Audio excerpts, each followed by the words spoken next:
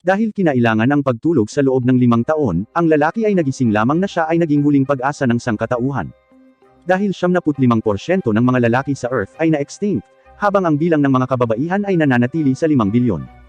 Upang matiyak ang pagpaparami ng sangkatauhan, ang gobyerno ay nagpadala ng maraming magagandang babae upang makipagtalik sa kanya. Mula noon, ang lalaki ay namuhay ng mahirap ngunit masayang harem na buhay. Ihayag natin ang kanyang kwento sa recap ngayong araw. Noong 2040, ang lalaking bida ng anime na ito, si Reito, ay naglakas loob para ipagtapat ang kanyang nararamdaman sa kanyang pinakamamahal na si Elisa, at naging mag-couple ang dalawa. Sa kasamaang palad, nang maglaon, si Reito ay dumanas ng isang pambihirang sakit. Dahil hindi kayang gamutin ng teknolohiyang medikal sa panahong ito ang kanyang sakit, kailangang magpaalam si Reito kay Elisa at ilagay sa cryostasis hanggang sa mabuo ang lunas sa kanyang sakit. Pagkalipas ng 5 taon, nagising si Reito mula sa cryostasis device. Napapaligiran siya ng mga babaeng tauhan, na kakaibang nakita ni Reito. Isang batang babae na nagngangalang Mira ang nagsabi kay Reito kung ano ang nangyari noong siya ay nasa cryostasis. 4 na taon na ang nakalilipas, lumitaw sa mundo ang isang nakakatakot na virus na tinatawag na MK, at mga lalaki lamang ang maaaring mahawa ng MK virus. Kapag ang mga lalaki ay nahawaan ng MK virus, mabilis silang namamatay. Ang lahat ng iba pang mga lalaki sa mundo ay namatay bilang isang resulta. Dahil sa espesyal na karamdaman ni Reito, hindi sinasadyang nakakuha siya ng immunity sa MK virus at nakaligtas. Hindi makapaniwala si Reito sa sinabi ni Mira. Ngunit pagdating niya sa mga lansangan ng lungsod, wala siyang nakikitang mga lalaki. Nang makita ng mga babae si Reito, tuwang-tuwa silang lahat at gusto siyang hawakan. Pinigilan ng mga tauhan ni Mira ang mga babae. Pagkatapos ay sinabi ni Mira kay Reito na siya ay isang sekretarya na ipinadala ng gobyerno upang tulungan siya. Inutusan ng gobyerno si Mira na tulungan si Reito na makipagtalik sa pinakamaraming babae hanggat maaari upang ang mga tao ay patuloy na magparami. Sa oras na ito, ang mundo ay pinamumunuan ng isang pamahalaan na tinatawag na UW. Ang Japanese branch ng gobyerno ng UW ay nakahanap ng kabuuang 5 nakaligtas na lalaki. Ang mga lalaking ito ay may parehong bihirang sakit gaya ng kay Reito at inilagay sa cryostasis hanggang sa araw na ito. Ngayon, maaari nang mapagaling ang sakit. Bago si Reito, isang lalaking nagngangalang Kyoji ang unang nagising. Tinatanggap ni Kyoji ang payo ng gobyerno ng UW, at nakipagtalik sa pinakamaraming babae hanggat maaari. Nang gabing iyon, biglang pumunta si Mira sa kwarto ni Reito, at gusto niyang matulog kasama si Reito. Ngunit tinanggihan siya ni Reito dahil labis ang pagmamahal ni Reito kay Elisa. Ayaw niyang makipagtalik sa ibang babae maliban kay Elisa. Gayunpaman, matagal nang nawawala si Elisa, at pansamantalang hindi na siya makikita ni Reito. Kinabukasan, dinala ni Mira si Reito para makilala ang mas magagandang babae, at naisip niya na sa dinami-dami ng magagandang babae, siguradong may tipong gusto si Reito. Pero tinatanggihan pa rin ni Reito ang mga dilag. Sinabi ni Mira kay Reito na ang kanyang pagpili ay maaaring humantong sa pagkalipol ng sangkatauhan. Kailangang humiling si Reito kay Mira ng 1 buwan. Kung hindi niya mahanap si Elisa sa loob ng 1 buwan, tatanggapin niya ang payo ng gobyerno ng UW na makipagtalik sa ibang mga babae. Pumayag si Mira sa kahilingan ni Reito, ngunit nag-alok din siya ng kondisyon.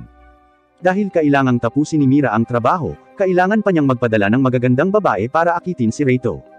Kailangang tiisin ni Reito ang patuloy na tukso sa buong buwan. Maya-maya pa, isang magandang babae ang pumasok sa banyo habang si Reito ay naliligo. Hiyang-hiya si Reito. Nang maglaon, nalaman ni Reito na ang kagandahang ito ay isang bodyguard na ipinadala sa kanya ng gobyerno ng UW. Bukod sa kanya, nagpadala ang gobyerno ng UW ng isa pang babae kay Reito bilang bodyguard. Ang batang babae ay isang mutant na may kapangyarihang madaling pumatay ng oso. Dinala sila ni Reito sa lugar kung saan nagtatrabaho si Elisa upang maghanap ng mga pahiwatig. Ang dating gawain ni Elisa ay pag-aralan ang MK virus, ngunit ilang taon na ang nakalipas, bigla siyang nawala. Si Reito, tulad ni Elisa, ay isang mananaliksik ng mga virus. Nagpasya si Reito na kunin ang pananaliksik ni Elisa at subukang iligtas ang mundo sa ganitong paraan. Si Reito ay may nakababatang kapatid na babae na nagngangalang Mahiro. Nang makita niya ang balita ng paggising ni Reito, pumunta agad siya sa UW Government Research Institute. Nasa institute na ito si Reito, binabasa ang naiwan ni Elisa. Nakahanap si Mahiro ng isang bracelet sa mga manika na iniwan ni Elisa. Maa-unlock lang ni Reito ang bracelet na ito. Iniisip ni Reito na maaaring may lihim na nakatago sa bracelet, kaya't sinuri niya ng pribado ang bracelet. Sa katunayan, mayroong isang lihim na video na nakatago sa bracelet, kung saan sinabi ni Elisa kay Reito na natuklasan niya na ang MK virus ay dulot ng tao, at sinabihan si Reito na bigyang pansin ang kanyang kaligtasan. Nagulat si Reito na nagpasya siyang lihim na imbestigahan ang MK virus at alamin ang katotohanan sa lalong madaling panahon. Samantala, nakahanda na ang gobyerno ng UW na gisingin ang ikatlong nakaligtas na lalaki. Ang pangalan ng ikatlong nakaligtas na lalaki ay Shota. Siya ay isang high school student bago siya inilagay sa cryostasis. Si Shota ay isang talunan noong high school, dahil isinilang siya na may puting buhok at tinawag na maliit na matandang lalaki ng iba. Wala sa mga lalaki ang gustong makipagkaibigan kay Shota. Hindi rin siya nagustuhan ng mga babae. Isang magandang music teacher lang ang mabait kay Shota, kaya crush siya ni Shota. Nang maglaon, dahil sa kanyang pambihirang sakit, maaari lamang piliin ni Shota na ilagay siya sa cryostasis. Paggising niya, sa school pa rin siya nakatira. Ang sekretarya ni Shota, si Karen, ay pumili ng isang grupo ng magagandang babae para sa kanya bilang mga kaklase. Ngunit itinago ng kalihim ang utos ng gobyerno ng UW, at hindi alam ni Shota na inuutusan siya ng gobyerno ng UW na makipagtalik kasama ang pinakamaraming babae hanggat maaari. Kasabay nito, itinatago din ng sekretarya ang kaligtasan ng ibang mga lalaki, at iniisip ni Shota na siya lamang ang nakaligtas na lalaki. Sa una, hindi nababagay si Shota sa isang klase na may mga babaeng kaklase lang, at madalas siyang nahihiya. Pagkatapos ng klase, nagulat si Shota nang makitang nasa paaralan din ang guro ng musika. Nang gabing iyon, dumating ang guro ng musika sa silid ni Shota. Bigla niyang pinatay ang ilaw at hinalikan si Shota. Tuwang-tuwa si Shota na sa tingin niya ay nananaginip siya. Masaya ang gabi ni Shota kasama ang kanyang guro sa musika. Kinabukasan ng klase, nasa sabik si Shota nang makitang lahat ng estudyante ay nakatutok sa kanya. Ang mga babaeng kaklase ay naglalaban para sa pabor ni Shota, at lahat sila ay nais na ang nag-iisang lalaki sa paaralan ay makipagtalik sa kanila. Sariwa at masaya ang pakiramdam ni Shota sa ganitong uri ng buhay. Sinadya ni Karen na itago ang utos ng gobyerno ng UW, dahil naniniwala siyang magbibigay daan ito kay Shota na mas masiyahan sa pamumuhay kasama ang mga babaeng kaklase at makikinabang sa pagpaparami ng tao. Sa katunayan, napaka-successful ng plano ni Karen. Mahal na mahal ni Shota ang kanyang kasalukuyang buhay. Ayon sa plano ni Karen, sinundan ito ni Shota sa pamamagitan ng pagsisimulang makipag-date sa maraming babae at makipagtalik sa kanila. Ngunit sa palagay ni Karen na ang relasyon ay masyadong matagal, sinabi niya kay Shota ang totoo pagkatapos nito. Ang mga babae sa school ay puro mga dilag na pinili niya, magaganda sila at hilig din sa tipo ng lalaki tulad ni Shota. Kaya dapat na patuloy na sumunod si Shota sa utos ng gobyerno ng UW na makipagtalik kasama ang pinakamaraming babae hanggat maaari. Sa oras na ito ay naipasa na ni Shota ang yugto ng pagiging mahiyain, kaya positibong tinatanggap niya ang gawain. Nakuha rin ni Karen ang pagpapahalaga ng mga opisyal ng gobyerno ng UW. Samantala, dahil hindi nakipagtalik si Reto sa mga babae, sa tingin ng gobyerno ng UW ay hindi sapat ang kakayahan ni Mira, kaya nagpadala pa sila ng 2 pang sekretarya kay Reto. Iniisip ng mga bagong kalihim na hindi dapat manatili si Reto sa institute sa lahat ng oras, kaya dinala nila si Reto sa isang maliit na bayan na angkop para sa turismo. Alam ng mga sekretarya na kamakailan lang ay nag-concentrate si Reto sa pag-aaral ng MK virus, at nangangamba silang tatanggihan ni Reto ang biyahe, kaya ang bayan na kanilang pinili ay may kaugnayan din sa MK virus. Ito ay isang bayan na may magagandang hot spring inn at gayon din ang lugar kung saan lumitaw ang unang impeksyon sa MK virus. Pagdating nila sa hot spring inn, pumunta ang mga secretary at bodyguards kay Reto at nagbabad sa hot spring kasama niya. Nakaramdam ng sobrang hiya si Reto at mabilis na tumakas. Ayaw makipag-close at personal ni Reto sa mga magagandang babae, ang gusto lang niya ay pag-aralan ang MK virus. Pagkatapos nito, binisita ni Reto ang isang matandang babae. Ang asawa ng matandang babae ang unang lalaking nahawaan ng MK virus. Ngunit nag-aatubili siyang pag-usapan ang malungkot na nakaraan. Si Reto ay napakapursigido, at binisita niya ang matandang babae ng ilang beses, umaasang makumbinsi ito na sabihin sa kanya ang ilang kapaki-pakinabang na impormasyon. Laking gulat ng matandang babae nang malaman na nagising si Reto at tumanggi siyang makipagtalik sa mga babae maliban sa kanyang minamahal. Naantig ang matandang babae sa katapatan ni Reto, at sa wakas ay nagpasya siyang sabihin kay Reto ang isang bagay makalipas ang isang araw. Ngunit ang matandang babae ay nalason ng gabing iyon at nakoma. Parang may ayaw na malaman pa ni Reto ang MK virus. Hindi sumuko si Reto, at pumunta siya sa isang ospital. Matapos magkasakit ang asawa ng matandang babae, minsan silang pumunta sa ospital na ito para magpagamot. Ngayong abandonado na ang ospital, si Reto at ang iba pa ay pumunta sa ospital para tingnan kung may ilang pahiwatig, ngunit wala silang nakita. Matapos bumalik sa Research Institute ng gobyerno ng UW, sinabi ng mga bodyguard ni Reto kay Reto na maraming mga mananaliksik ng MK virus ang nawala sa mga nakaraang taon, kaya dapat mag-ingat si Reto. Kinala nila na ang mga pinuno ng gobyerno ng UW ang may pananagutan sa mga nawawalang mananaliksik ng virus. Ang mga bodyguard at sekretarya ni Reto ay sumusuporta sa pananaliksik ni Reto sa MK virus. Kaya lihim silang nagtayo ng isang vase sa inabandonang ospital, na nagpapahintulot kay Reito na mag-imbestiga sa labas ng pagbabantay ng gobyerno ng UW. Natuklasan nila kalaunan na marami sa mga infectors at mananaliksik ng MK virus ang nawala sa partikular na ospital na ito. Kasabay ng katotohanan na ang ospital na ito ay ang lugar kung saan ang unang nahawa ang tao ay ginagamot, naisip ni Reito na ang ospital na ito ay maaari ring maging ang unang lugar kung saan gumawa ng MK virus. Ang pamahalaan ng UW ang namamahala sa mundo at naka-headquarter sa Estados Unidos. Ngunit ang punong tanggapan ng pamahalaan ng UW ay salungat sa maraming pambansang sangay. Kamakailan, ang mga kawani ng punong tanggapan ay naghahanda na pumunta sa Japanese branch upang kunin ang mga nakaligtas na lalaki. Ngunit ang Japanese branch ay nag-aatubili na ibigay ang mga nakaligtas na lalaki dahil hindi sila nagtitiwala sa punong tanggapan ng pamahalaan ng UW. Sa araw na ito, hinahangaan ni Shota ang isang batang babae na gusto niyang makasama ngayong gabi. Ngunit tinalikuran ng dalaga si Shota. Undercover agent pala ang dalaga, at partner din siya ni Elisa. Sa oras na ito, nakasanayan na ni Shota ang buhay paaralan, at araw-araw siyang namumuhay ng masayang buhay kasama ang kanyang mga babaeng kaklase, nang hindi nararamdaman na siya ay naging mapagkukunan na ipinaglalaban ng mga pangunahing puwersa. Ang unang taong gustong kunin ng punong tanggapan ng gobyerno ng UW ay si Reito. Nagpapadala sila ng mga emisaryo upang makipag-ayos sa mga opisyal ng Japanese branch, at nagpadala din ng isang espesyal na puwersa upang lihim na kunin si Reito. Sinalakay ng mga espesyal na puwersa ang Japanese branch at inilipat si Reito sa ibang lokasyon. Ang punong tanggapan ng pamahalaan ng UW ay direktang nagdeklara ng digmaan sa Japanese branch. Mabilis na inaresto ng mga tauhan ng punong tanggapan ang pinuno ng Japanese branch at nagutos na hanapin ang iba pang natitirang mga lalaki sa lalong madaling panahon. Nang gabing iyon, nagkaroon ng pag-atake sa loob ng paaralan ni Shota, at isang pagsabog ang biglang sumiklab sa dormitoryo ni Shota. Sa kabutihang palad, si Shota ay dumanas lamang ng mga minor injuries, dahil ang pangunahing layunin ng pagsabog na ito ay kunin si Shota hindi para patayin siya.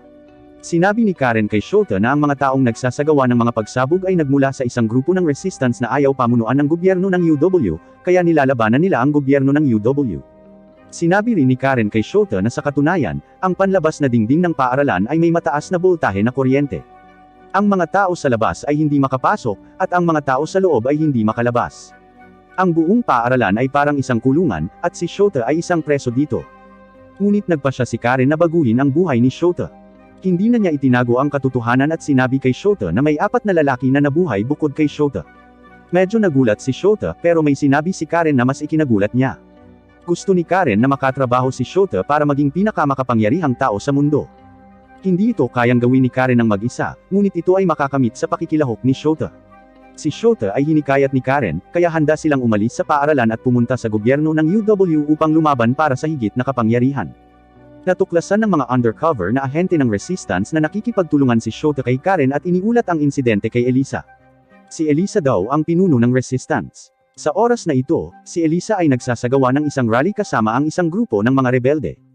Sinasamantala nila ang komprontasyon ng punong tanggapan ng gobyerno ng UW sa Japanese branch at nagnakaw ng cryostasis device, kung saan nakahiga sa loob ang lalaking survivor number 4. Samantala, isang tao mula sa punong tanggapan ng UW ang nagsabi kay Reito na si Elisa ay miyembro ng resistance, at sinasabing maling desisyon ng Japanese branch na hayaan ang mga lalaking nakaligtas na patuloy na makipagtalik sa mga babae. Pagkatapos ay isang bagay ang nangyayari na nagulat ang mundo. Ang resistance ay nag-broadcast ng live sa buong mundo kung paano nila iniligtas ang ika-4 na nakaligtas na lalaki. Sinasabi rin ni Elisa sa mga tao sa buong mundo na natuklasan nila na ang MK virus ay ginawa ng punong tanggapan ng pamahalaan ng UW.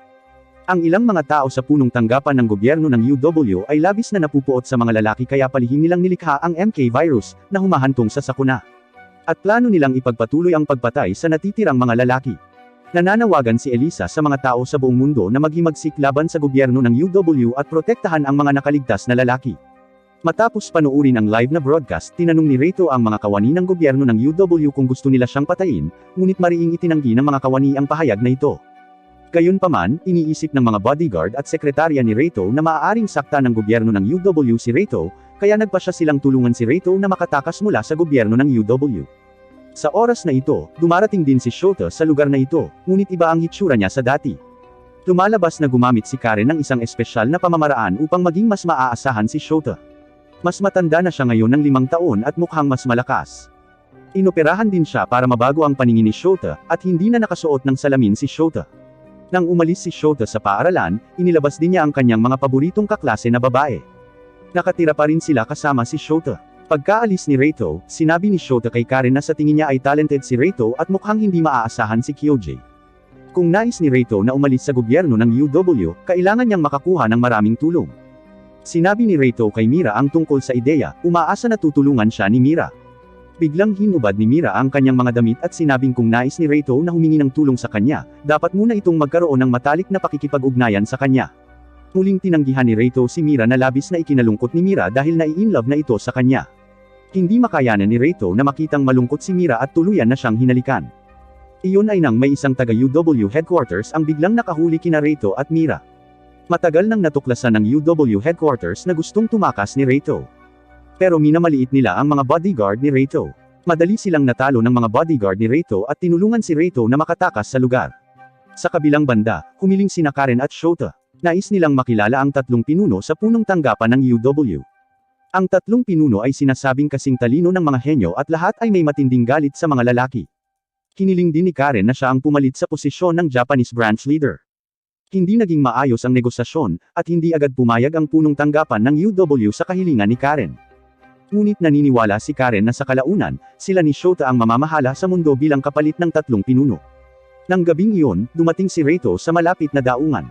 Walang planong umalis si Mira kasama siya, at nagpaalam siya kay Reito ng buong pagmamahal. Niyakap ni Reito si Mira bago umalis, nangakong babalik at makikita siyang muli. Pagkatapos ay umalis si Reito sa Japan sakay ng bangka kasama ang iba pa, at malapit na silang pumunta sa sphere ng resistance. Sa oras na ito, tinawagan ni Kyoji si Reito sa pamamagitan ng video upang pasayahin siya. Nagkaroon sila ng ilang mga pakikipag-ugnayan noon, at nakipag-ugnayan siya kay Reito sa pamamagitan ng isang lihim na network ng hindi natuklasan ng punong tanggapan ng UW. Naisipan ni Kyoji na umalis na rin ngunit sa huli ay hindi ito nang ahas na gawin ito. Hindi alam ni Kyoji na ang kanyang kahinaan ay maaaring pumatay sa kanya. Dahil agad na nagsimula ng bagong plano ang punong tanggapan ng UW, talagang handa silang patayin ang mga nakaligtas na lalaki. Gayunpaman, sa tulong ni Karen, ang punong tanggapan ng UW ay hindi nilayo na patayin si Shota, ngunit sa halip ay naghahanda na gamitin si Shota upang mas mahusay na mamuno sa mundo. Sa huli, nakita ni Reito ang kanyang kasintahan, si Elisa, sa teritoryo ng Resistance. Magkayakap ng mahigpit ang dalawa. Nangako sila na magtutulungan para gumawa ng antidote sa MK virus at ibagsak ang gobyerno ng UW. Ito ang pagtatapos sa unang season ng World's End Harem. Sa pagtatapos ng anime, sa wakas ay nakita ni Reito ang kanyang pinakamamahal na kasintahan. Sa katapatan ni Reito sa kanyang kasintahan ay labis akong naantig. Sana mabuhay sila ng girlfriend niya ng masaya sa huli. Ang mga lalaki sa anime na ito ay gumawa ng iba't ibang mga pagpipilian. Anong uri ng tao ang pipiliin mo kung ikaw ay isang lalaki sa anime na ito? Maligayang pagdating upang ibahagi ang iyong mga saloobin sa lugar ng komento. Gayon din, huwag kalimutang bigyan ako ng thumbs up at mag-subscribe sa aking channel kung gusto mo ang anime na ito. Kung gusto mong makakita ng higit pang recaps tungkol sa anime na ito, magkomento lang sa ibaba para ipaalam sa akin. See you sa susunod na video. Bye!